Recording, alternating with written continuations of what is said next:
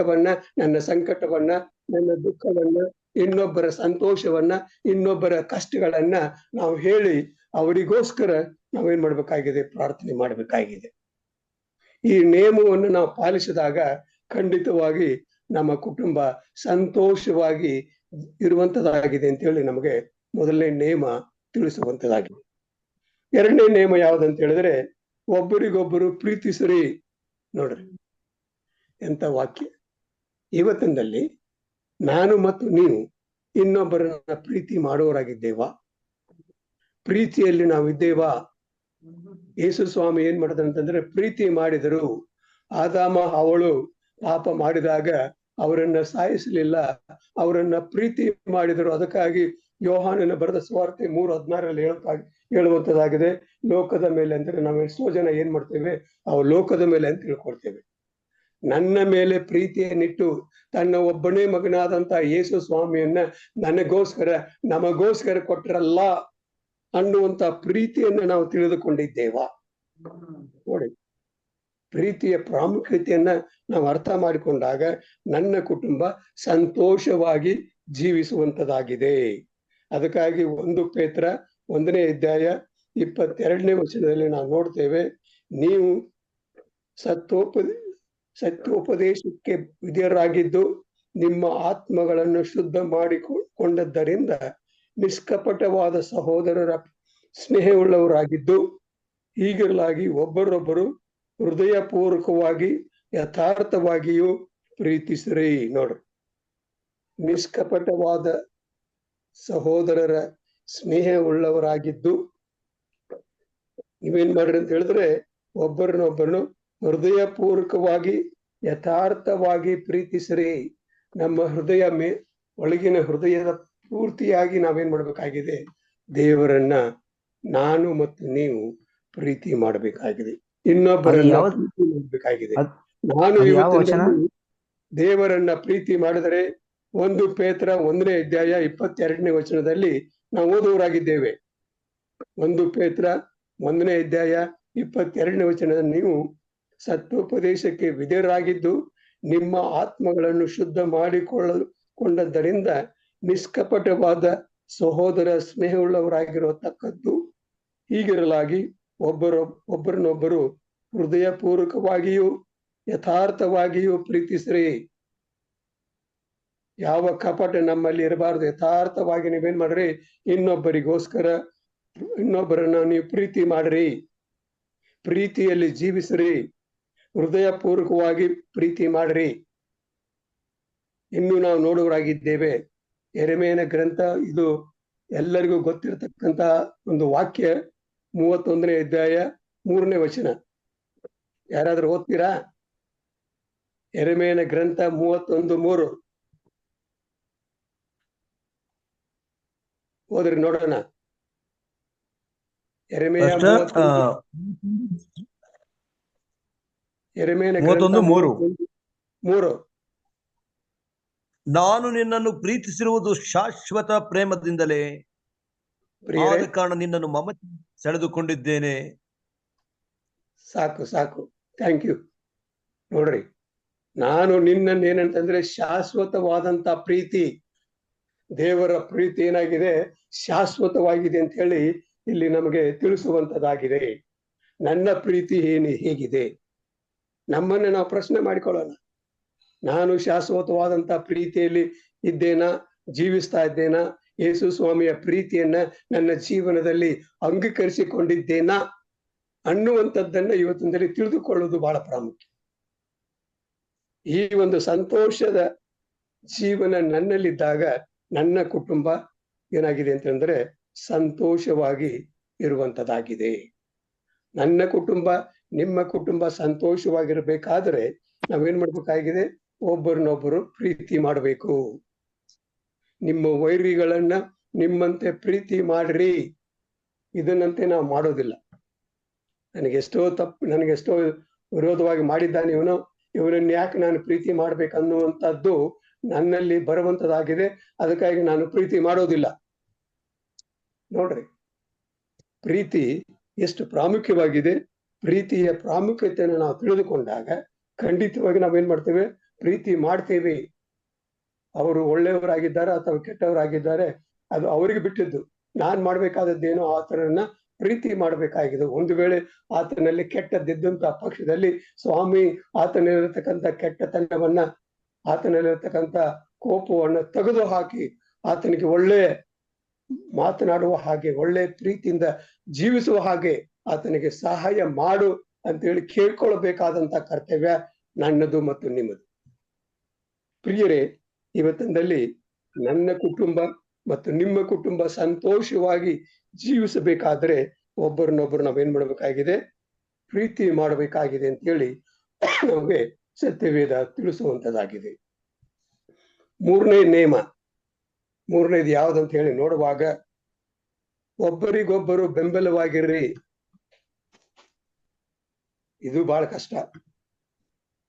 ಏನ್ರಿ ನಮಗೆ ಏನೂ ಇಲ್ಲ, ಇನ್ನೊಬ್ಬರಿಗೆ ನಾವು ಯಾವ ರೀತಿ ಬೆಂಬಲರಾಗಿರ್ಬೇಕು ಅನ್ನುವಂತ ಪ್ರಶ್ನೆ ನಮಗೆ ಬರುವಂತದ್ದಾಗಿದೆ.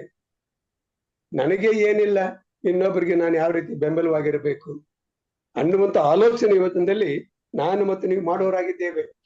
ಅದಕ್ಕಾಗಿ ಅಪೊಸ್ತಲರ ಕೃತ್ಯ 20ನೇ ಅಧ್ಯಾಯ 35ನೇ ವಚನಕ್ಕೆ ನಮ್ಮ ಸತ್ಯವೇದವನ್ನ ನಾವು ತಿರುಗಿಸಿದಾಗ ನಮಗೆ ಅಲ್ಲಿ ಹೇಳುವಂತದ್ದಾಗಿದೆ, ಎಲ್ಲಾ ವಿಷಯಗಳಲ್ಲಿ ನಾನು ನಿಮಗೆ ಮಾದರಿ ತೋರಿಸಿದ್ದೇನೆ.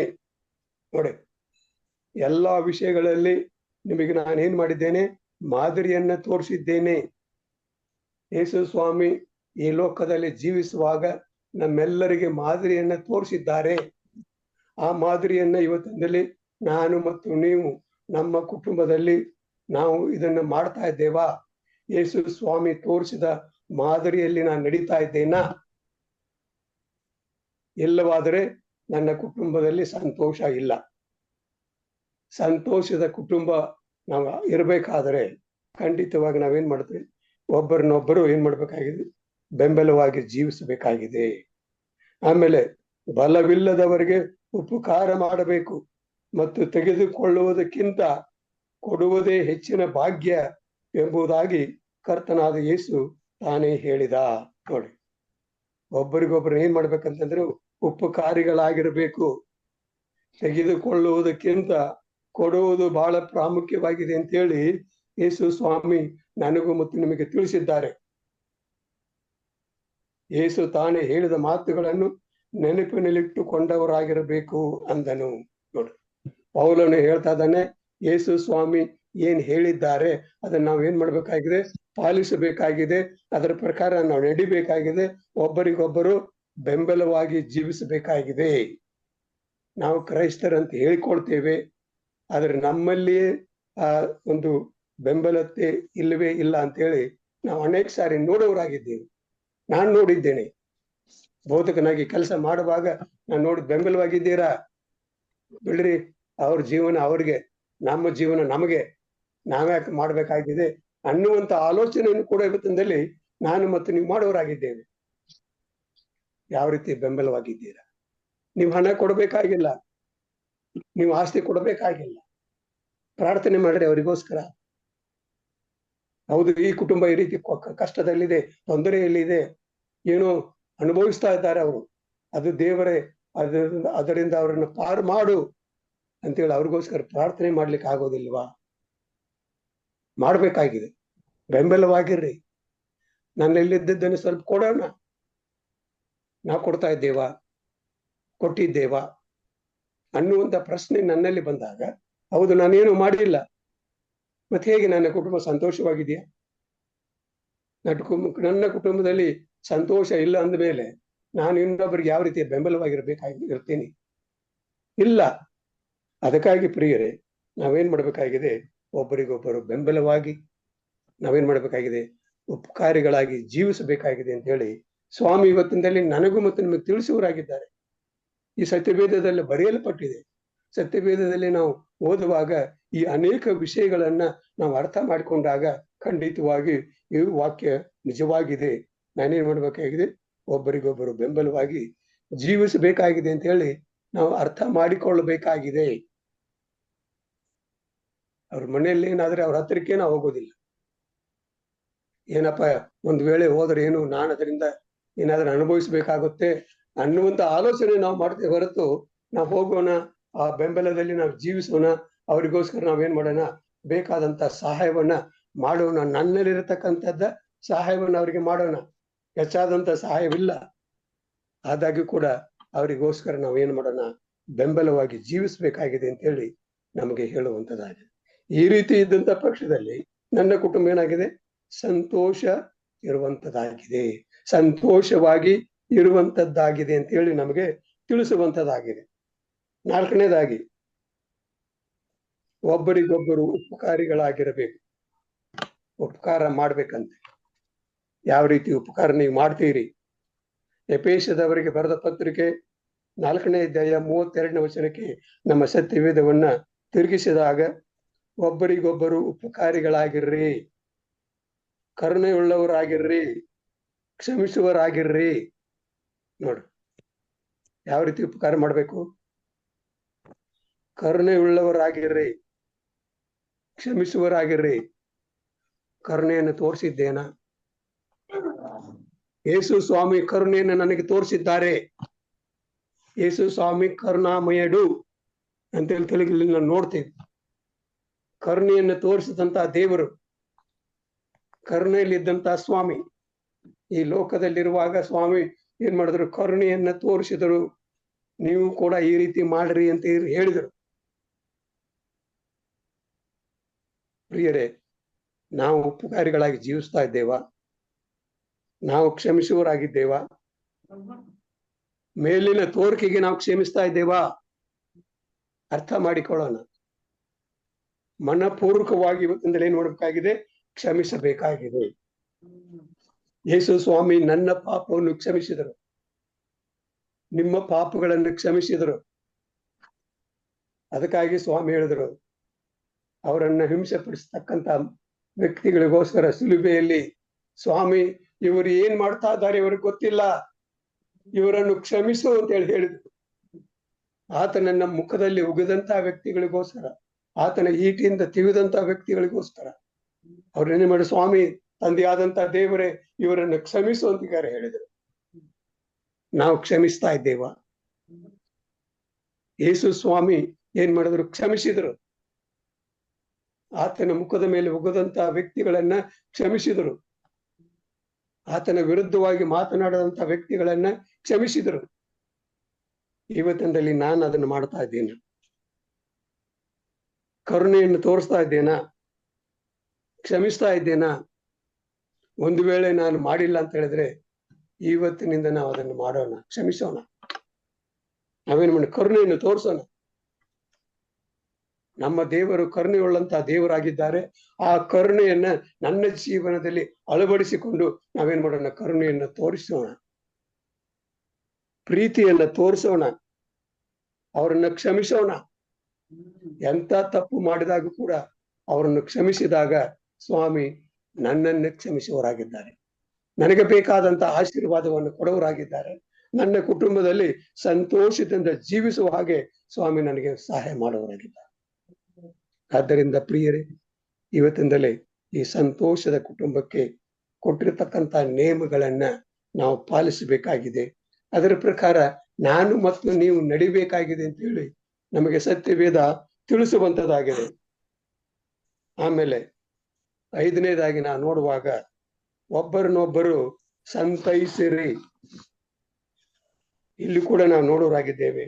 1 ಥೆಸಲೋನಿಕದವರಿಗೆ ಬರೆದ ಪತ್ರಿಕೆ 4ನೇ ಅಧ್ಯಾಯ 18ನೇ ವಚನದಲ್ಲಿ, ಆದ ಕಾರಣ ಈ ಮಾತುಗಳಿಂದ ಒಬ್ಬರನ್ನೊಬ್ಬರು ಸಂತೈಸಿರಿ.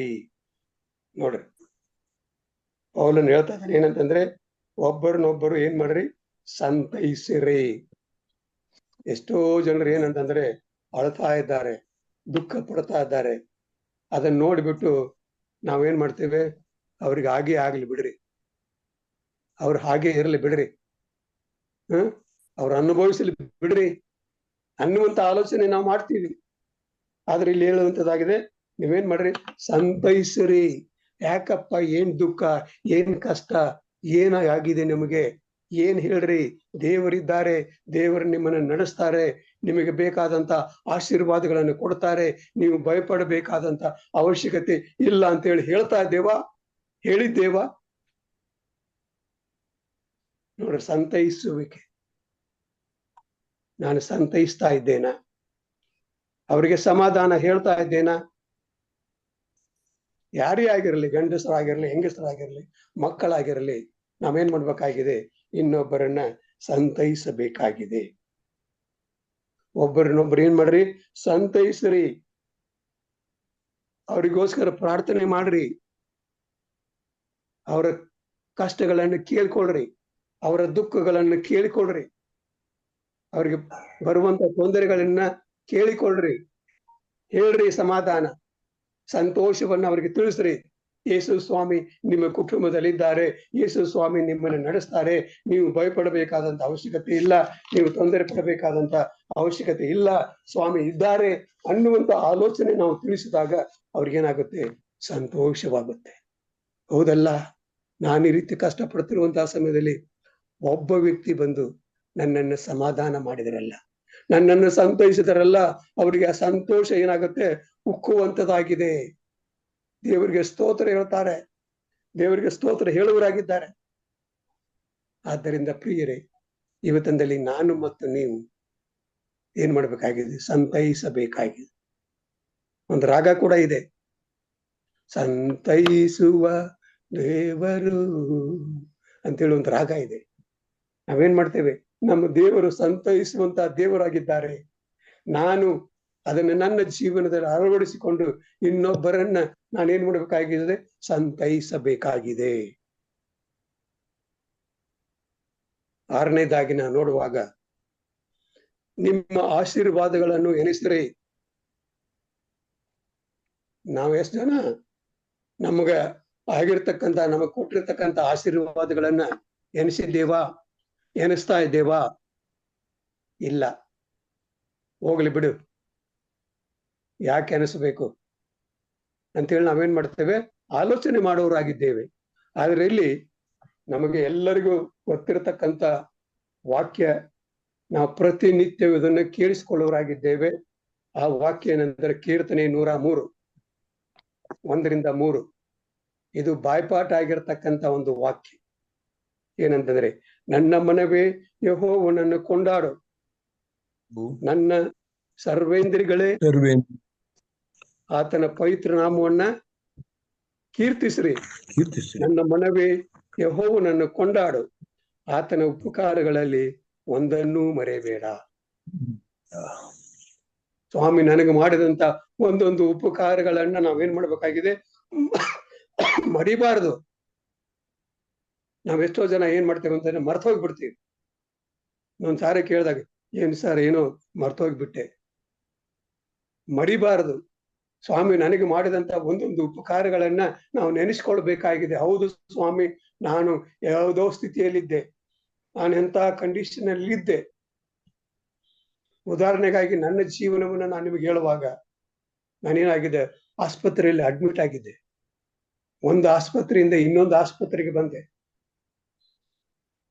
ಸೆಂಟ್ ಫಿಲೋಮಿನಾ ಹಾಸ್ಪಿಟ್ಲಿಗೆ ಬಂದೆ, ಸೆಂಟ್ ಜಾನ್ ಹಾಸ್ಪಿಟ್ಲಿಗೆ ಬಂದೆ. ಪ್ರಿಯರೇ, ಸ್ವಾಮಿ ನನ್ನನ್ನು ಏನ್ ಮಾಡಿದ್ರು ಅಂತ ಹೇಳಿದ್ರೆ, ಅದ್ಭುತವಾಗಿ ನಡೆಸಿ ನನಗೆ ಮರು ಜೀವವನ್ನು ಕೊಟ್ಟಿದ್ದಾರೆ. ಅದಕ್ಕಾಗಿ ನಾನು ದೇವರಿಗೆ ಸ್ತೋತ್ರ ಹೇಳಬೇಕು. ನಾನು ಯಾವತ್ತೂ ನೆನೆಸ್ಕೊಳ್ಳುವನಾಗಿದ್ದೇನೆ, ಸ್ವಾಮಿ ಈ ಮಾಡಿದಂತ ಉಪಕಾರವನ್ನು ನಾನು ನನ್ನ ಜೀವನದಲ್ಲಿ ಮರಿಲಿಕ್ಕೆ ಸಾಧ್ಯವೇ ಇಲ್ಲ. ಯಾಕಂದ್ರೆ ಅಂತ ಒಂದು ಅದ್ಭುತ ಕಾರ್ಯವನ್ನ ನನ್ನ ಜೀವನದಲ್ಲಿ ಮಾಡಿದ್ದಾರೆ ಅಂತ ಹೇಳಿ ನಾನು ಹೇಳುವನಾಗಿದ್ದೇನೆ. ಸಮಸ್ತ ರೋಗಗಳನ್ನು ವಾಸಿ ಮಾಡುವವನು ಸ್ವಾಮಿ. ನಮ್ಮ ಅಪರಾಧಗಳನ್ನು ಕ್ಷಮಿಸುವನಾಗಿದ್ದಾನೆ. ಸಮಸ್ತ ರೋಗಗಳನ್ನ ಏನ್ ಮಾಡುವನಾಗಿದ್ದಾನೆ? ವಾಸಿ ಮಾಡುವನಾಗಿದ್ದಾನೆ. ಯಾವುದೇ ಕಾಯಿಲೆ ಆಗಿರಲಿ, ಎಲ್ಲವನ್ನ ಏನ್ ಮಾಡುವನಾಗಿದ್ದಾನೆ? ಸ್ವಾಮಿ ವಾಸಿ ಮಾಡುವನಾಗಿದ್ದಾನೆ. ನನ್ನ ಅಪರಾಧಗಳನ್ನ, ನನ್ನ ತಪ್ಪುಗಳನ್ನ, ನನ್ನ ಪಾಪಗಳನ್ನ ನನ್ನನ್ನೇನ್ ಮಾಡುವನಾಗಿ ಕ್ಷಮಿಸುವನಾಗಿದ್ದಾನೆ. ಅಂತ ದೇವರು ನನ್ನ ಜೊತೆಲಿದ್ದಾರೆ. ಆ ದೇವರು ನನ್ನ ಜೊತೆಲಿದ್ದಾರೆ, ನಿಮ್ಮ ಜೊತೆಲಿದ್ದಾರೆ. ಪ್ರಿಯರೇ, ನೆನೆಸ್ಕೊಡ್ರಿ. ಹೌದು ಸ್ವಾಮಿ, ನನಗಿಂತ ಉಪಕಾರವನ್ನು ಮಾಡಿದ್ದಾರೆ, ಇಂಥ ಸಹಾಯವನ್ನು ನನಗೆ ಮಾಡಿದ್ದಾರೆ. ನನ್ನ ಜೀವನದಲ್ಲಿ ನಾನು ಮರಿಲಿಕ್ಕೆ ಸಾಧ್ಯವೇ ಇಲ್ಲ ಅಂತ ಹೇಳಿ ನಾನು ತಿಳ್ಕೊಳ್ಬೇಕಾಗಿದೆ. ಅರ್ಥ ಮಾಡಿಕೊಳ್ಳಿ. ಸತ್ಯದ ವಾಕ್ಯಗಳನ್ನ ನಾವು ಅರ್ಥ ಮಾಡಿಕೊಂಡಾಗ ನಮ್ಮ ಜೀವನ ಸಾರ್ಥಕವಾಗುವಂತದ್ದಾಗಿದೆ. ನನ್ನ ಕುಟುಂಬ ಸಂತೋಷವಾಗಿರಬೇಕಾದರೆ ಈ ನಿಯಮಗಳನ್ನ ನಾನು ಪಾಲಿಸಬೇಕಾಗಿದೆ. ನನ್ನ ದೇವರು ನನ್ನ ಜೊತೆಲಿ ಇದ್ದಾರೆ, ನನ್ನ ಕುಟುಂಬದಲ್ಲಿ ದೇವರಿದ್ದಾರೆ, ನನ್ನ ಕುಟುಂಬದಲ್ಲಿ ದೇವರು ನಡೆಸ್ತಾ ಇದ್ದಾರೆ, ಅದ್ಭುತವಾಗಿ ನಡೆಸ್ತಾ ಇದ್ದಾರೆ ಅನ್ನುವಂಥದ್ದನ್ನ ನಾನು ನೆನೆಸ್ರಿ. ನಿಮ್ಗೆ ಮಾಡಿದಂತ ಒಂದೊಂದು ಉಪಕಾರಗಳನ್ನ ನೆನೆಸ್ಕೊಳ್ರಿ. ನಾವು ಎಷ್ಟು ಜನ ನೆನೆಸ್ಕೊಳ್ಳೋರಾಗಿದ್ದೇವೆ? ಮರಿಬಾರದು. ದೇವರ ಆಶೀರ್ವಾದಗಳನ್ನ ಮರಿಬಾರದು ಅಂತೇಳಿ ಸ್ವಾಮಿ ನಮಗೆ ತಿಳಿಸುವಂತವರಾಗಿದ್ದಾರೆ. ಮುಂದೆ ನಾವು ಹೋಗುವಾಗ ಸತ್ಯವಂತರಾಗಿ ಪ್ರಾಮಾಣಿಕರಾಗಿ ಇರ್ರಿ. ನೋಡ್ರಿ, ಸತ್ಯವಂತರಾಗಿರ್ರಿ, ಆಮೇಲೆ ಪ್ರಾಮಾಣಿಕರಾಗಿ ಜೀವಿಸ್ರಿ.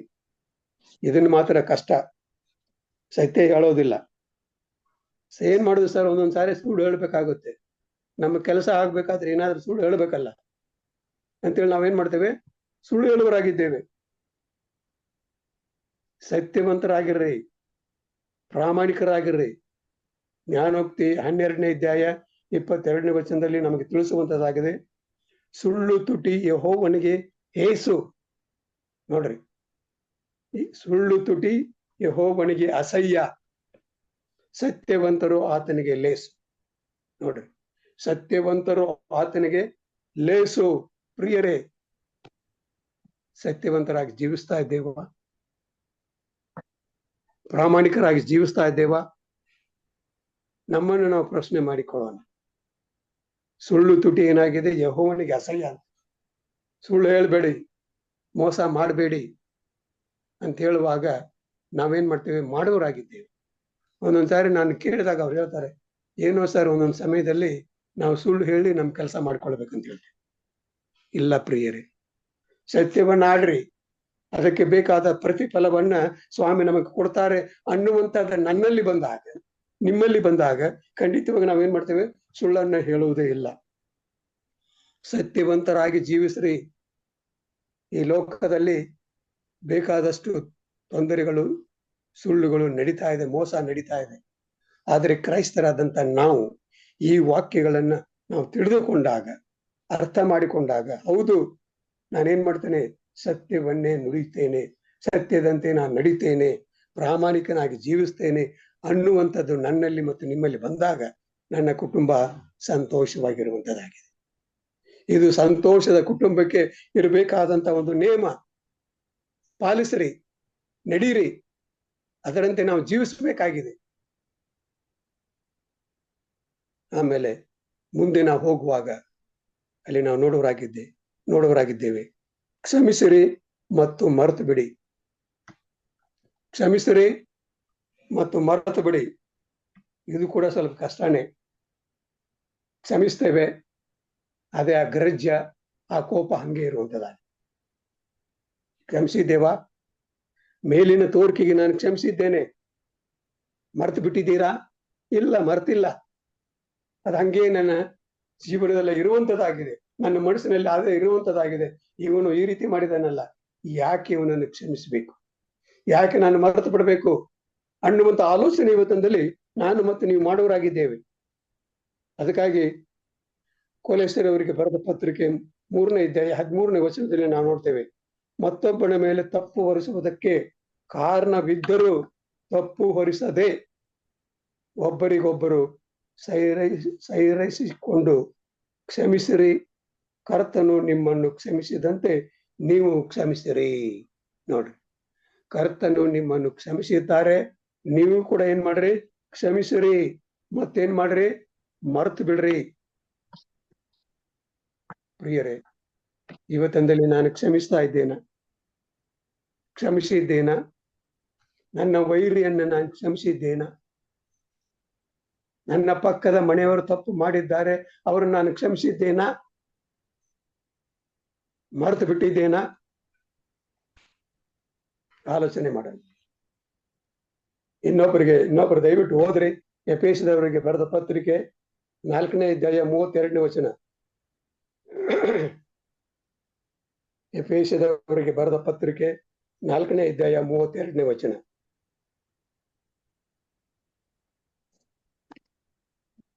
ಓದಿ, ದಯವಿಟ್ಟು ಓದಿ. ಎಫೆಸ 4:32. ಒಬ್ಬರಿಗೊಬ್ಬರು ಉಪಕಾರಿಗಳಾಗಿಯೂ ಕರುಣೆ ಉಳ್ಳವರಾಗಿಯೂ ಕ್ಷಮಿಸುವವರಾಗಿಯೂ ಇರ್ರಿ. ನೋಡ್ರಿ, ಉಪಕಾರಿಗಳಾಗಿಯೂ ಕನಿಕರುಳ್ಳವರಾಗಿ ಇರ್ರಿ. ನಾನು ಹೇಳ್ತಾ ಇಲ್ಲ, ಸತ್ಯದ ವಾಕ್ಯ ನಮಗೆ ತಿಳಿಸುವಂತದ್ದಾಗಿದೆ. ಈ ಸತ್ಯದ ವಾಕ್ಯಗಳನ್ನ ನಾವು ಅರ್ಥ ಮಾಡಿಕೊಂಡಾಗ ನಾವು ಇದನ್ನ ಏನ್ ಮಾಡ್ತೇವೆ, ಇದ್ರ ಪ್ರಕಾರ ನಾವು ನಡೀತೇವೆ. ನಡೆದಾಗ ನನ್ನ ಕುಟುಂಬ ಸಂತೋಷವಾಗಿರುವಂತದ್ದಾಗಿದೆ. ಯಾಕಂದ್ರೆ ಆ ನಿಯಮಗಳನ್ನ ನಾನು ಪಾಲಿಸ್ತಾ ಇದ್ದೇನೆ, ಆ ನಿಯಮಗಳ ತಕ್ಕಂತೆ ನಾನು ನಡೀತಾ ಇದ್ದೇನೆ. ಅದಕ್ಕಾಗಿ ಸ್ವಾಮಿ ಹೇಳೋರಾಗಿದ್ದಾರೆ, ಕ್ಷಮಿಸ್ರಿ, ಮತ್ತೆ ಅದನ್ನ ಏನ್ ಮಾಡ್ರಿ, ಮರೆತು ಬಿಡ್ರಿ, ಅದನ್ನ ನಿಮ್ ಜೀವನದಲ್ಲಿ ಇಟ್ಕೊಳ್ಬೇಡ್ರಿ ಅಂತ ಹೇಳುವಾಗ ನಾವು ಎಷ್ಟು ಜನ ಇದನ್ನು ಮಾಡೋರಾಗಿ ಕ್ಷಮಿಸಿದ್ದೇವಾ, ಮರೆತು ಬಿಟ್ಟಿದ್ದೇವಾ, ಅಥವಾ ಇನ್ನೂ ನನ್ನ ಜೀವನದಲ್ಲಿ ಹಂಗೇ ಇದೆಯಾ, ಅದನ್ನ ನನ್ನ ನೆನಪಿನಲ್ಲಿ ಇಟ್ಕೊಂಡಿದ್ದೇನಾ ಅನ್ನುವುದನ್ನು ನಾವು ತಿಳಿದುಕೊಂಡಾಗ ಖಂಡಿತವಾಗಿ ನಾನು ಮತ್ತು ನೀವು ಕ್ಷಮಿಸುವರಾಗಿರ್ಬೇಕಾಗಿದೆ ಪ್ರಿಯರೇ. ನಾವು ಮರೆತು ಬಿಡಬೇಕಾಗಿದೆ ಪ್ರಿಯರೇ. ಕ್ರೈಸ್ತರಂತ ಹೇಳ್ಕೊಳ್ತೇವೆ, ಆದ್ರೆ ನಾವು ಅದನ್ನ ಮಾಡೋದಿಲ್ಲ. ಕ್ರೈಸ್ತಿಯ ಜೀವನವನ್ನ ನಾವು ನೋಡುವಾಗ ಎಷ್ಟು ಪ್ರಾಮುಖ್ಯವಾಗಿದೆ, ಅದು ಎಷ್ಟು ಉನ್ನತವಾಗಿದೆ ಅಂತೇಳಿ ನಾವು ತಿಳ್ಕೊಳ್ಬೇಕಾಗಿದೆ. ಯಾಕೆಂತ ಹೇಳಿದ್ರೆ ಇವತ್ತೊಂದಲ್ಲಿ ನಾನು ಮತ್ತು ನೀವು ಈ ಲೋಕದಲ್ಲಿ ಜೀವಿಸುವಾಗ ಅನೇಕ ತೊಂದರೆಗಳು ಬರುವಂತದ್ದಾಗಿದೆ, ಅನೇಕ ಕಷ್ಟಗಳು ಬರುವಂತದ್ದಾಗಿದೆ.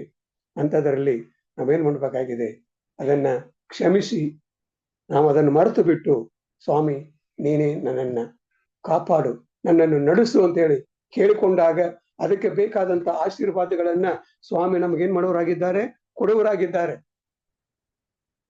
ಪ್ರಿಯರೇ, ನಾನು ಏನಂತಂದ್ರೆ ಇವತ್ತಂದ್ರೆ ನಿಮಗೆ ಹೇಳ್ಬೇಕಾದ್ರೆ, ನಾನು 42 ವರ್ಷ ನಾನು ಕೆಲಸ ಮಾಡಿದ್ದೇನೆ, ಟೀಚರ್ ಆಗಿ ಕೆಲಸ ಮಾಡಿದ್ದೇನೆ, ಆಮೇಲೆ ಹೆಡ್ ಮಾಸ್ಟರ್ ಆಗಿ ಮಾಡಿದ್ದೇನೆ, ಪ್ರಿನ್ಸಿಪಾಲ್ ಆಗಿ ಮಾಡಿದ್ದೇನೆ.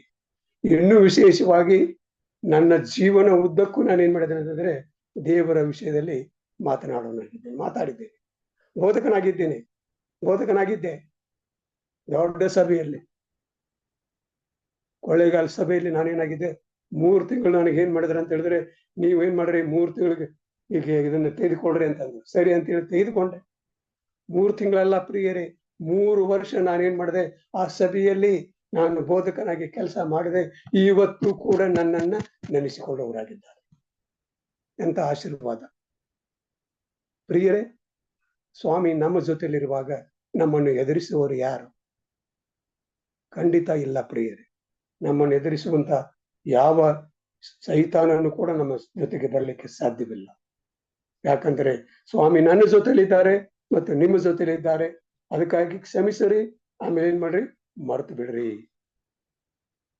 ಆಮೇಲೆ ಮುಂದೆ ನಾವು ಹೋಗುವಾಗ ಅಲ್ಲಿ ನೋಡೋರಾಗೆ ನಿಮ್ಮ ಭರವಸೆಯ ಮಾತುಗಳನ್ನು ಉಳಿಸಿಕೊಳ್ಳ್ರಿ. ನಿಮ್ಮ ಭರವಸೆಯ ಮಾತುಗಳನ್ನು ಏನ್ ಮಾಡ್ರಿ, ಉಳಿಸಿಕೊಳ್ಳ್ರಿ. ಏನ್ ಭರವಸೆ ಕೊಟ್ಟಿದ್ದೀರಿ? ಏನೋ ಕೊಡ್ತಾನೆ ಅಂತ ಭರವಸೆ ಕೊಟ್ಟಿದ್ದೇವೆ, ಆದ್ರೆ ಅದನ್ನ ನಾವು ಮಾಡಿಲ್ಲ. ರೋಮಾಪುರದವರಿಗೆ ಬರೆದ ಪತ್ರಿಕೆ 4ನೇ ಅಧ್ಯಾಯ 21ನೇ ವಚನದಲ್ಲಿ ನಾವು ನೋಡ್ತೇವೆ, ದೇವರನ್ನು ಘನಪಡಿಸುವನಾಗಿ ಆತನು ತನ್ನ ವಾಗ್ದಾನವನ್ನು ನೆರವೇರಿಸುವುದಕ್ಕೆ ಸಮರ್ಥನೆಂದು ಪೂರಾ ಭರವಸೆ ಬಿಟ್ಟು ದೃಢ ನಂಬಿಕೆಯುಳ್ಳವನಾದನು. ನೋಡ್ರಿ, ಇಲ್ಲಿ ಪೌಲನು ಬಹಳ ಸ್ಪಷ್ಟವಾಗಿ ಹೇಳ್ತಾನೆ, ಭರವಸೆ ಉಳ್ಳವನಾಗಿ, ನಂಬಿಕೆ ಉಳ್ಳವನಾಗಿ ಆತನೇನ್ ಮಾಡ್ದ, ಜೀವಿಸಿದ. ಭರವಸೆ ಬಿಡ್ರಿ, ನಿಮ್ಮ ಭರವಸೆಯ ಮಾತುಗಳನ್ನ ಏನ್ ಮಾಡ್ರಿ, ನೆನಪು ಮಾಡಿಕೊಡ್ರಿ, ಅದನ್ನ ಉಳಿಸಿಕೊಡ್ರಿ, ಅದನ್ನ ಬಿಟ್ಟು ಬಿಡಬೇಡ್ರಿ ಅಂತೇಳಿ ಹೇಳುವಂಥದ್ದಾಗಿದೆ. ಏನೇನ್ ಭರವಸೆ ನಾವು ಕೊಟ್ಟಿದ್ದೇವೆ, ಆ ಭರವಸೆಗಳನ್ನ ನಾವೇನ್ ಮಾಡ್ಬೇಕಾಗಿದೆ, ಪೂರ್ತಿಗೊಳಿಸಬೇಕಾಗಿದೆ, ಪೂರ್ತಿಯಲ್ಲಿ ನಡೆಸಬೇಕಾಗಿದೆ. ಅದಕ್ಕಾಗಿ ನಾವು ದೇವರಲ್ಲಿ ಕೇಳ್ಕೊಳ್ಬೇಕಾಗಿದೆ, ದೇವರನ್ನ ಘನಪಡಿಸ್ರಿ, ಅದನ್ನ ವಾಗ್ದಾನಗಳನ್ನು ನೆರವೇರಿಸ್ರಿ, ವಾಗ್ದಾನದ ಪ್ರಕಾರ ನಡೀರಿ.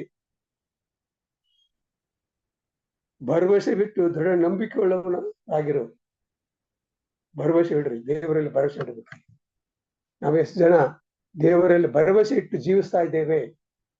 ಹೌದು, ದೇವರು ನನ್ನನ್ನು ಏನ್ ಮಾಡ್ತಾ ಇದ್ದಾರೆ, ಕಷ್ಟದಲ್ಲಿಯೂ, ಸಂಕಟದಲ್ಲಿಯೂ, ದುಃಖದಲ್ಲಿಯೂ, ವ್ಯಸನದಲ್ಲಿಯೂ ಕೂಡ ನನ್ನನ್ನು ಸ್ವಾಮಿ ನಡೆಸ್ತಾ ಇದ್ದಾರೆ. ಅದಕ್ಕಾಗಿ ದೇವರಿಗೆ ಸ್ತೋತ್ರ. ನನ್ನ ಕುಟುಂಬ ಸಂತೋಷವಾಗಿದೆ, ನನ್ನ ಕುಟುಂಬದಲ್ಲಿ ದುಃಖ ಇಲ್ಲ, ನನ್ನ ಕುಟುಂಬದಲ್ಲಿ ಅಸಂತೋಷ ಇಲ್ಲ, ನಾನು ಸಂತೋಷವಾಗಿದ್ದೇವೆ ಅಂತೇಳಿ ನಾನು ಹೇಳಬೇಕಾಗಿದೆ. ಇನ್ನೊಂದು ಧೈರ್ಯವುಳ್ಳಂತ ವಾಕ್ಯವನ್ನ ದಯವಿಟ್ಟು ಓದ್ರಿ. ಯೆಶಾಯನ ಗ್ರಂಥ 41ನೇ ಅಧ್ಯಾಯ 10ನೇ ವಚನ. ಇದು ಎಲ್ಲರಿಗೂ ಗೊತ್ತಿರತಕ್ಕಂಥ ವಾಕ್ಯ, ಎಲ್ಲರೂ ನೆನಪಿಡ್ಬೇಕಾದಂತ ವಾಕ್ಯ. ಓದ್ರಿ, ದಯವಿಟ್ಟು ಓದ್ರಿ. ಯೆಶಾಯ 41:10. 41:10. ನೀನಂತೂ ಹೆದರಬೇಡ, ನಾನೇ ನಿನ್ನೊಂದಿಗಿದ್ದೇನೆ. ನಾನು ನಿನ್ನೊಂದಿಗಿದ್ದೇನೆ. ದಿಗ್ಭ್ರಮೆಗೊಳ್ಳದಿರು, ನಾನೇ ನಿನ್ನ ದೇವರು. ನಾನು ನಿನ್ನನ್ನು ಬಲಪಡಿಸುತ್ತೇನೆ. ಹೌದು, ನಿನಗೆ ಸಹಾಯ ಕೊಡುತ್ತೇನೆ. ನನ್ನ ಧರ್ಮದ ಬಲಗೈಯನ್ನು ನಿನಗೆ ಆಧಾರ ಮಾಡುತ್ತೇನೆ. ನೋಡ್ರಿ, ಎಂತ ಆಶೀರ್ವಾದ. ಈ ಆಶೀರ್ವಾದ ನನಗೆ ಬೇಕಾಗಿದೆ. ಈ ಆಶೀರ್ವಾದ ನಿಮಗೆ ಬೇಕಾಗಿದೆ ಪ್ರಿಯರೇ. ನಾನು ಧೈರ್ಯವಾಗಿರಬೇಕಾಗಿದೆ. ನನ್ನನ್ನ ಧೈರ್ಯಪಡಿಸುವಂತ ದೇವರು ನನ್ನ ಕುಟುಂಬದಲ್ಲಿ, ನಿಮ್ಮ ಕುಟುಂಬದಲ್ಲಿ ಇದ್ದಾರೆ ಪ್ರಿಯರೇ. ಅಧೈರ್ಯ ಪಡಬೇಕಾಗಿಲ್ಲ. ಕಾಯಿಲೆ ಬಂದಾಗ ಅಧೈರ್ಯ ಪಡಬೇಕಾಗಿಲ್ಲ. ಕಷ್ಟ ಬಂದಾಗ ಅಧೈರ್ಯ ಪಡಬೇಕಾಗಿಲ್ಲ. ದೇವರಲ್ಲಿ ನೆನೆಸ್ಕೊಡ್ರಿ, ದೇವರಲ್ಲಿ ಕೇಳ್ಕೊಡ್ರಿ. ದೇವರೇ, ಈ ಕಷ್ಟದಿಂದ ನನ್ನನ್ನು ಬಿಡುಗಡೆ ಮಾಡು, ಈ ಕಾಯಿಲೆಯಿಂದ ನನ್ನನ್ನು ಬಿಡುಗಡೆ ಮಾಡು, ಈ ತೊಂದರೆಯಿಂದ ನನ್ನನ್ನು ಬಿಡುಗಡೆ ಮಾಡು. ಮನಪೂರ್ವಕವಾಗಿ ದೇವರಲ್ಲಿ ಕೇಳ್ಕೊಂಡಾಗ ಸ್ವಾಮಿ ನನ್ನ ಪ್ರಾರ್ಥನೆಯನ್ನ, ನಿಮ್ಮ ಪ್ರಾರ್ಥನೆಯನ್ನ ಕೇಳುವವರಾಗಿದ್ದಾರೆ. ಬರೀ ಕೇಳುವುದಷ್ಟೇ ಅಲ್ಲ, ಉತ್ತರವನ್ನ ಕೊಡುವವರಾಗಿದ್ದಾರೆ. ಅನೇಕರಿಗೆ ಸ್ವಾಮಿ ದೇವರ ಉತ್ತರವನ್ನ ಕೊಟ್ಟಿದ್ದಾನೆ. ನನಗೆ ಮರು ಜೀವವನ್ನು ಸ್ವಾಮಿ ಕೊಟ್ಟಿದ್ದಾರೆ. ದೇವರಿಗೆ ಸ್ತೋತ್ರ. ಪ್ರಿಯರೇ, ನಿಮ್ಮ ಜೀವನದಲ್ಲಿ, ನಿಮ್ಮ ಕುಟುಂಬದಲ್ಲಿ ಕೂಡ ಸ್ವಾಮಿ ಈ ಅದ್ಭುತ ಕಾರ್ಯವನ್ನ ಮಾಡುವವರಾಗಿದ್ದಾರೆ ಪ್ರಿಯರೇ. ನಾವು ಮರ್ತು ಹೋಗ್ಬಾರ್ದು. ಕೊನೆಯದಾಗಿ ಎಲ್ಲದರಲ್ಲಿಯೂ ಕೃತಜ್ಞತಾಸ್ತುತಿ ಮಾಡ್ರಿ. ಎಲ್ಲದರಲ್ಲಿಯೂ ಕೃತಜ್ಞತಾಸ್ತುತಿ ಮಾಡಿರಿ. 1 ಥೆಸಲೋನಿಕ 5:18. ಓದ್ರಿ, ನೀವೇ ಓದ್ರಿ.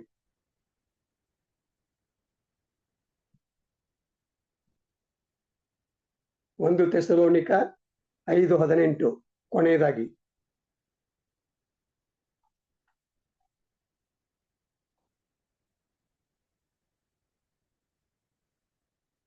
ಹೋದ್ರಿ, 1 ಥೆಸಲೋನಿಕ 5:18.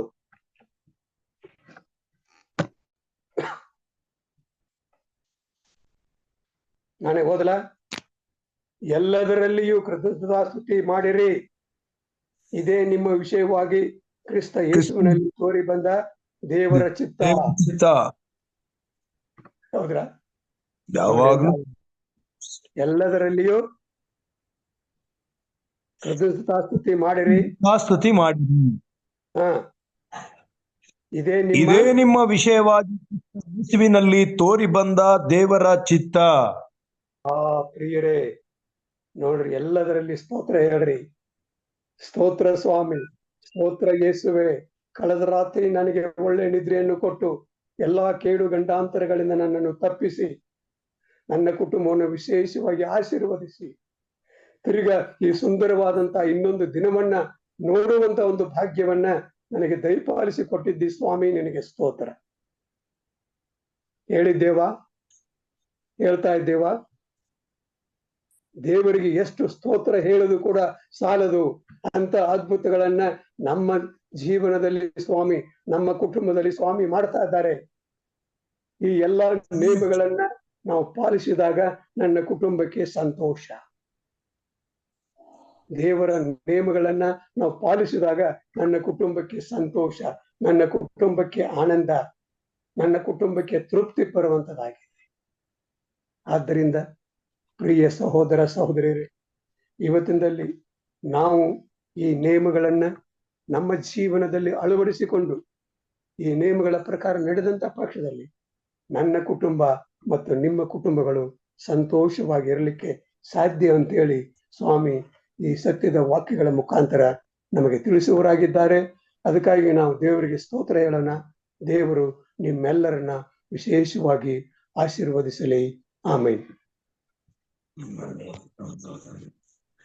ಆಮೇನ್. ಉತ್ತಮವಾದ ಸಂದೇಶಕ್ಕಾಗಿ ಹಿರಿಯರಾದಂತಹ ಯಶವಂತ್ ಸರ್ ಅವರಿಗೆ ನಾನು ವಂದನೆಗಳನ್ನ ಸಲ್ಲಿಸ್ತೇನೆ. ಕರ್ತನು ನಿಮ್ಮನ್ನ ಕುಟುಂಬ ಮಕ್ಕಳನ್ನ ಆಶೀರ್ವಾದ ಮಾಡಲಿ. ಈಗ ನಾವು ಪ್ರಾರ್ಥನೆಗೆ ಹೋಗೋಣ. ನಮ್ಮ ಮಧ್ಯದಲ್ಲಿ ಪಾಸ್ಟರ್ ತಿಮೋತಿ ನೀಲ್ಗೌಡರು ಇದ್ದಾರೆ. ಅವರು ಪ್ರಾರ್ಥನೆ ಮಾಡಬೇಕೆಂಬುದಾಗಿ ಕೇಳ್ಕೊಳ್ತೇನೆ. ಪ್ರಾರ್ಥನೆ ವಿಜ್ಞಾಪನೆಗಳಿದ್ರೆ ಈ ಸಮಯದಲ್ಲಿ ತಿಳಿಸಬೇಕೆಂಬುದಾಗಿ ವಿನಂತಿಸ್ತೇನೆ. ಸರ್ ಜೈಕಿರ್ ಸರ್, ಜೈ ಕ್ರಿಸ್ತ. ನಮ್ಮ ಮಗಳೊಬ್ಬಕಿ, ನಮ್ಮ ಅತ್ತಿಗೆಯರ ಮಗಳು ಮರ್ಷಿ ಎಕ್ಸಾಮ್ ಬರೀತಾರೆ 10th ಮರ್ಸಿ ಅವರ ಎಕ್ಸಾಮ್ಗೋಸ್ಕರ ಪ್ರಾರ್ಥನೆ ಮಾಡೋಣ. ಶ್ರೀಮತಿ ನಮ್ಮ ಫ್ಯಾಮಿಲಿ ಮಕ್ಕಳಗೋಸ್ಕರ ಪ್ರಾರ್ಥನೆ ಮಾಡೋಣ. ನಮ್ಮ ಸೇವೆ ಮತ್ತು ನಮ್ಮ ಕಲಿಯೂರ್ ಸಭೆಗೆ, ಕಲಿಯೂರ್ ಸಭೆ ಮತ್ತು ಬೋಧಕರಾದಂತಹ ಜಾನ್ಸನ್ ಅವರ ಸೇವೆಗಾಗಿ ಪ್ರಾರ್ಥನೆ ಮಾಡೋಣ. ನಮ್ಮ ಬಳ್ಳಾರಿ ಸಭೆಗಾಗಿ ಮತ್ತು ನಮ್ಮ ಮನೆಗೆ ಪ್ರಾರ್ಥನೆ ಮಾಡಿದ್ದಾರೆ. ಬಳ್ಳಾರಿ ಸಭೆಗಾಗಿ ಮನೆಗಾಗಿ ಪ್ರಾರ್ಥನೆ ಮಾಡೋಣ. ಜೋಸ್ಲಿನ್ಗೋಸ್ಕರ ಪಾಸ್ಟರ್. ಓಕೆ, ಮಗು ಜೋಸ್ಲಿನ್ಗೋಸ್ಕರ ಪ್ರಾರ್ಥನೆ ಮಾಡೋಣ. ಅಷ್ಟೇ, ನನ್ ಮಗಳಿಗೆ ಸ್ವಲ್ಪ ವಾಮಿಟ್ ತಲೆನೋವಿದೆ. ಇವತ್ತು ಲಾಸ್ಟ್ ಎಕ್ಸಾಮ್ ಇದೆ, ಅವಳ ಎಕ್ಸಾಮ್ಗೋಸ್ಕರ ಮತ್ತೆ ಅವಳ ಆರೋಗ್ಯಕ್ಕೋಸ್ಕರ. ರೇಚಲ್ ಪರೀಕ್ಷೆಗಾಗಿ ಪ್ರಾರ್ಥನೆ ಮಾಡೋಣ. ಅವಳ ಆರೋಗ್ಯಕ್ಕೋಸ್ಕರ ಪ್ರಾರ್ಥನೆ ಮಾಡೋಣ. ಪಾಸ್ಟರ್ ಬೃಂದಾಗೋಸ್ಕರ ಪ್ರಾರ್ಥನೆ ಮಾಡಿ, 10th ಎಕ್ಸಾಮ್ ಬರಿತಾ ಇದ್ದಾಳೆ. ಓಕೆ, ಸಹೋದರಿ ಲೀಲಾವತಿ ಅವರ ಮಗಳು ಬೃಂದಾ ಅವ್ರಿಗೋಸ್ಕರ ಪ್ರಾರ್ಥನೆ ಮಾಡೋಣ. 10th ಎಕ್ಸಾಮ್ ಬರಿತಾ ಇದ್ದಾರೆ. ಸರ್ ನಮ್ಗೋಸ್ಕರ ಪ್ರೇಯರ್ ಮಾಡಿ ಸರ್. ಪೆನ್ಷನ್ಗೋಸ್ಕರ 1 ತಿಂಗಳು ಮಾತ್ರ ಬಂದಿದೆ. ಓಕೆ, ಸಹೋದರಿ ವರಲಕ್ಷ್ಮಿ ಅವರ ಪೆನ್ಷನ್ಗೋಸ್ಕರ ಪ್ರಾರ್ಥನೆ ಮಾಡೋಣ. ಪಾಸ್ಟರ್, ನಮ್ದೊಂದು ಪ್ರೇಯರ್ ರಿಕ್ವೆಸ್ಟ್ ಇದೆ. ನೀವೇ ಪ್ರಾರ್ಥನೆ ಮಾಡ್ಬೇಕು. ಎಲ್ರಿಗೂ ಹೇಳಿ, ಅವರು ಸ್ವಲ್ಪ ಪ್ರಾರ್ಥನೆ ಮಾಡ್ಲಿ. ನಾನು ಒಬ್ಬರಿಗೆ ದೀಕ್ಷಾಸನ ಕೊಡ್ಸಿದ್ದೆ. ಅವ್ರಿಗೆ ಏನ್ ಮಾಡ್ತಾ ಇದಾರೆ ಅಂದ್ರೆ, ಮತಾಂತರ ಕೇಸ್ ಹಾಕ್ತಿವಿ ನಿಮ್ ಮೇಲೆ ಅಂತ ಇದು ಮಾಡ್ತಾ ಇದ್ದಾರೆ. ಸೊ ಅದಕ್ಕೆ ಪ್ರಾರ್ಥನೆ ಮಾಡಿ ದೇವ್ರ ಅವ್ರ ಮನ್ಸನ್ನ ಬದಲಾಯಿಸಿ, ಅದಕ್ಕೋಸ್ಕರ ಪ್ರಾರ್ಥನೆ ಮಾಡ್ರಿ. ಓಕೆ, ಪಾಸ್ಟರ್ ತಿಮೋತಿ ಅವರ ಒಂದು ಸಮಸ್ಯೆ, ಸೇವೆ ಮಾಡುವಾಗ ಇಂಥ ಕಾರ್ಯಗಳು ನಡೀತದೆ. ಆದ್ರೆ ಸೈತಾನನು ಅವ್ರನ್ನ ವಂಚಿಸಿದಾಗ ಇಂಥ ಸಮಸ್ಯೆಗಳನ್ನ ಎದುರಾಗಿಸ್ಬೇಕಾಗ್ತದೆ. ಇದಕ್ಕೋಸ್ಕರ ನಾವು ಬಲವಾಗಿ ಪ್ರಾರ್ಥನೆ ಮಾಡೋಣ. ಸಭೆಯಾಗಿ, ವೈಯಕ್ತಿಕವಾಗಿ ಇಂಥ ಸಮಸ್ಯೆಗಳು ಎಲ್ಲೂ ಆಗ್ಬಾರ್ದು. ಈ ಸಮಸ್ಯೆ ಇಲ್ಲಿ ಇರ್ತಕ್ಕಂಥದ್ದನ್ನ ದೇವರು ತೆಗೆದುಹಾಕ್ಲಿ ಎಂಬುದಾಗಿ ಪ್ರಾರ್ಥನೆ. Good morning pastor. Good morning Lokesh uncle ಅವ್ರು, ಹೇಳಿ. ಮಂಗಳ ಅವರು ಜ್ವರ ಬಂದ, ಅವರಿಗಾಗಿ ಪ್ರಾರ್ಥನೆ ಮಾಡಿ. ಮಂಗಳ ಅವರ ಅನಾರೋಗ್ಯ, ಆಮೇಲೆ ನಮ್ಮ ಕುಟುಂಬಕ್ಕಾಗಿ ಪ್ರಾರ್ಥನೆ ಮಾಡಿ. ಲೋಕೇಶ್ ಅಂಕಲ್ ಅವರ ಕುಟುಂಬಕ್ಕೋಸ್ಕರ ಪ್ರಾರ್ಥನೆ ಮಾಡೋಣ. ಪಾಸ್ಟರ್ ತಿಮೋತಿ ಅವರು ಪ್ರಾರ್ಥನೆ ಮಾಡ್ತೀರಾ?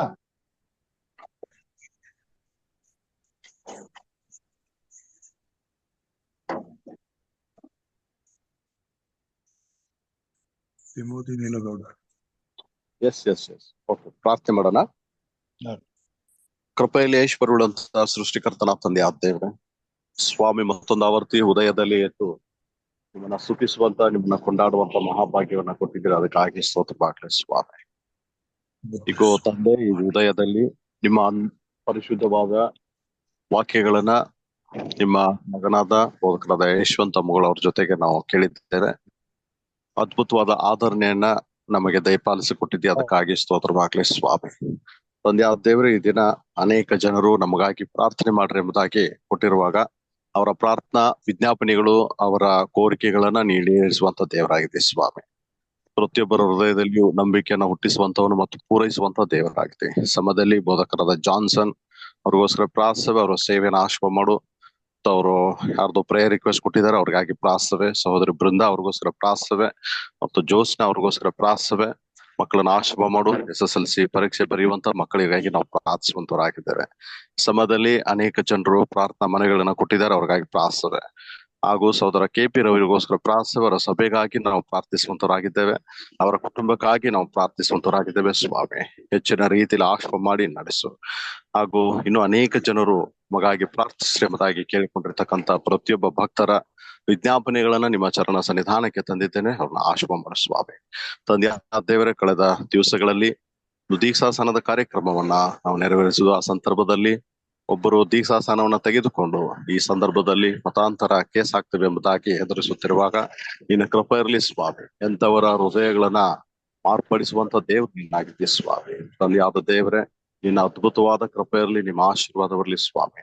ನಿಮ್ಮ ಸೇವೆಯಲ್ಲಿ ಅನೇಕ ರೀತಿಯ ತೊಂದರೆಗಳು, ಸಮಸ್ಯೆಗಳು ನಿಮ್ಮ ಭಕ್ತರಿಗೆ, ನಿಮ್ಮ ಸೇವಕರಿಗೆ ಬರುವಂತ ಸಂದರ್ಭಗಳಲ್ಲಿ ಅದೆಲ್ಲವುಗಳನ್ನ ನೀನು ಮಂಜಿನಂತೆ ಕರಗಿಸುವಂತ ದೇವರಾಗಿದೆ ಸ್ವಾಮಿ. ತಂದೆಯಾದ ದೇವರೇ, ಅವರ ಹೃದಯಗಳನ್ನ ಮಾರ್ಪಡಿಸಿ ನಿಮ್ಮ ಮಾರ್ಗದಲ್ಲಿ ಬರುವಂತ ಭಾಗ್ಯವನ್ನ ಕೊಟ್ಟು ನಡೆಸು. ಹಾಗೂ ಈ ಕಾರ್ಯಕ್ರಮವನ್ನ ನಿರೂಪಣೆ ಮಾಡ್ತಾ ಇರತಕ್ಕಂತಹ ಬೋಧಕರಾದ ಎಂ ರಾಜ್ ಅವ್ರಿಗೋಸ್ಕರ ಪ್ರಾರ್ಥನೆ. ನಾಶವ ಮಾಡು, ಇನ್ನೂ ಹೆಚ್ಚಿನ ರೀತಿಯಲ್ಲಿ ಕಾರ್ಯಕ್ರಮದಲ್ಲಿ ಅನೇಕ ಜನ ಬಂದು ಕತ್ತಲೆಯಲ್ಲಿ ಇರ್ತಕ್ಕಂತಹ ಅನೇಕ ಜನರು ವಾಕ್ಯದ ಬೆಳಕನ್ನ ತಿಳಿದುಕೊಂಡು ಆ ವಾಕ್ಯದ ಬೆಳಕಿನಲ್ಲಿ ಜೀವಿಸುವಂತ ಭಾಗ್ಯವನ್ನ ಕೊಟ್ಟು ನಡೆಸು ಸ್ವಾಮಿ. ತಂದೆಯಾದ ದೇವರೇ, ಈ ದಿನ ವಾಕ್ಯವನ್ನ ತಂದಂತ ಮಗನ ನಿಮ್ಮ ಆಶ್ರಮ ಮಾಡು ಸ್ವಾಮಿ. ಅವರ ಕುಟುಂಬ ಮಕ್ಕಳನ್ನ ಆಶೀರ್ವದಿಸು. ಅವರ ಸೇವೆಯಲ್ಲಿ 42 ವರ್ಷಗಳ ಕಾಲ ಅವ್ರನ್ನ ಅದ್ಭುತವಾಗಿ ನೀನು ನಡೆಸಿದ್ದಿ ಸ್ವಾಮಿ. ಅದಕ್ಕಾಗಿ ಸ್ತೋತ್ರ ಸಲ್ಲಿಸ್ತಾರೆ. ಹಾಗೂ ಇಲ್ಲಿ ಕೂಡಿ ಬಂದಿರತಕ್ಕಂಥ ಪ್ರತಿಯೊಬ್ಬೊಬ್ಬರನ್ನ ನಿಮ್ಮ ಕೈಗಳಿಗೆ ಅರ್ಪಿಸಿಕೊಟ್ಟಿದ್ದೇವೆ ಸ್ವಾಮಿ. ನಿಮ್ಮ ನಾಮ ಬಲದಿಂದ ತುಂಬಿಸಿ ಬಲಪಡಿಸಿ ಆಶೀರ್ವಾದ ಮಾಡಿ ನಡೆಸುತ್ತಾ ಬರ್ಬೇಕಾಗಿ ಪ್ರಭು ಒಡೆಯನ್ನು ರಕ್ಷಕನೂ ಆಗಿರ್ತಕ್ಕಂಥ ಯೇಸು ಕ್ರಿಸ್ತನ ಪರಿಶುದ್ಧ ನಾಮದಲ್ಲಿ ಅತಿ ವಿನಯದಿಂದಲೂ ತಾಳ್ಮೆದಲ್ಲೂ ತುಂಬ ಪಾದಕ್ಕೆ ಅಡ್ಡ ಬಿದ್ದು ಬೇಡಿಕೊಳ್ಳುತ್ತವೆ ಸ್ವಾಮಿ. ಆಮೇನ್. ಪರಲೋಕದ ಪ್ರಾರ್ಥನೆ ಮಾಡೋಣ. ಅಂತ್ಯಾಶೀರ್ವಾದವನ್ನ ಪಾಸ್ಟರ್ ತಿಮೋತಿ ಅವರು ಕೊಡಬೇಕೆಂದು ಕೇಳ್ಕೊಳ್ತೇನೆ. ಪರಲೋಕದಲ್ಲಿರುವ ನಮ್ಮ ತಂದೆ, ನಿನ್ನ ನಾಮವು ಪರಿಶುದ್ಧವೆಂದು ಎಣಿಸಲ್ಪಡಲಿ, ನಿನ್ನ ರಾಜ್ಯವು ಬರಲಿ, ನಿನ್ನ ಚಿತ್ತವು ಪರಲೋಕದಲ್ಲಿ ನೆರವೇರುವ ಪ್ರಕಾರ ಭೂಲೋಕದಲ್ಲಿಯೂ ನೆರವೇರಲಿ. ನಮ್ಮ ಅನುದಿನದ ಆಹಾರವನ್ನು ಇವತ್ತು ನಮಗೆ ದಯಪಾಲಿಸಿಕೊಡು. ನಮಗೆ ತಪ್ಪು ಮಾಡಿದವರನ್ನು ನಾವು ಕ್ಷಮಿಸಿದಂತೆ ನಮ್ಮ ತಪ್ಪುಗಳನ್ನು ಕ್ಷಮಿಸಿ, ನಮ್ಮನ್ನು ಶೋಧನೆಗೆ ಸೇರಿಸದೆ ಕೇಡಿನಿಂದ ತಪ್ಪಿಸು. ಯಾಕಂದರೆ ರಾಜ್ಯವು, ಬಲವು, ಮಹಿಮೆಯು ಸದಾ ಕಾಲ ನಿನ್ನದೇ ಸ್ವಾಮಿ. ಆಮೇನ್. ಸ್ವಾಮಿ. ನಮ್ಮ ತಂದೆಯಾದ ದೇವರ ಪ್ರೀತಿ, ಕುಮಾರ ದೇವನ ಕೃಪೆ, ಪವಿತ್ರಾತ್ಮನ ಅನುನ್ನತಿ ಈಗಲೇ ಯಾವಾಗ್ಲೂ ತಲೆಬಾಗಿರ್ತಕ್ಕಂಥ ಎಲ್ಲಾ ನಿನ್ನ ಮಕ್ಕಳ ಮೇಲೆಯೂ, ಈ ದಿನ ವಾಕ್ಯ ಹೇಳಿರ್ತಕ್ಕಂಥ ನಿಮ್ಮ ಸೇವಕರ ಮೇಲೆಯೂ ಮತ್ತು ಈ ಒಂದು ಸ್ವಾರ್ಥ ಕೂಟವನ್ನ ನೆರವೇರಿಸ್ತಾ ಇರ್ತಕ್ಕಂಥ ಬೋಧಕರ ಮೂಲಕವಾಗಿ ಅವ್ರ ಕುಟುಂಬವನ್ನ ನೀನು ಆಶೀರ್ವಾದ ಮಾಡ್ಬೇಕಾಗಿ ಪ್ರಭು ಒಡೆಯನು ರಕ್ಷಕನೂ ಆಗಿರ್ತಕ್ಕಂಥ ಯೇಸು ಕ್ರಿಸ್ತ ನಾಮದಲ್ಲಿ ಬೇಡಿಕೊಳ್ಳುತ್ತೇವೆ ಸ್ವಾಮಿ. ಆಮೇನ್. ಆಮೇನ್. ಆಮೇನ್. ವಂದನೆಗಳು ಬೋಧಕರೇ. ಉತ್ತಮವಾದಂತಹ ಸಂದೇಶಕ್ಕಾಗಿ ಕರ್ತನು ನಿಮ್ಮನ್ನ ಅತ್ಯಧಿಕವಾಗಿ ಆಶೀರ್ವಾದ ಮಾಡಲಿ. ಈ ದಿನದ ಆರಂಭದ ಪ್ರಾರ್ಥನೆಯನ್ನ ಮಾಡಿದಂತ ಸಹೋದರಿ ಸವಿತಾ ಅವರಿಗೆ ವಂದನೆಯನ್ನು ಸಲ್ಲಿಸ್ತೇನೆ. ವಿಶೇಷ ಗೀತೆಯನ್ನ ಹಾಡಿದಂತ ಸಹೋದರ ಜಾನ್ ಡೇವಿಡ್ ಅವರಿಗೂ, ಮುಕ್ತಾಯದ ಪ್ರಾರ್ಥನೆ ಮಾಡಿದಂತ ಬೋಧಕರಂತ ತಿಮೋತಿ ಅವರಿಗೂ ನಾನು ವಂದನೆಗಳನ್ನ ಸಲ್ಲಿಸ್ತೇನೆ. ಎಲ್ಲರಿಗೂ ಧನ್ಯವಾದಗಳು. ಧನ್ಯವಾದ. ಸರ್ ಅವ್ರಿಗೂ ಧನ್ಯವಾದಗಳು. Thank you Krishna. ಪ್ರಾರ್ಥನೆ ಮಾಡಿದ ತಿಮೋತಿ ಬೋಧಕರಿಗೂ ಧನ್ಯವಾದ. ಬೋಧಕರೇ, ಪ್ರಾರ್ಥನೆ ಮಾಡೋಣ. ಎಲ್ಲರೂ ಪ್ರಾರ್ಥನೆ ಮಾಡ್ತೀವಿ. ಧೈರ್ಯವಾಗಿರ್ರಿ. ದೇವ್ರ thank you pastor. Thank you pastor. Thank you everybody. ನಮಗೂ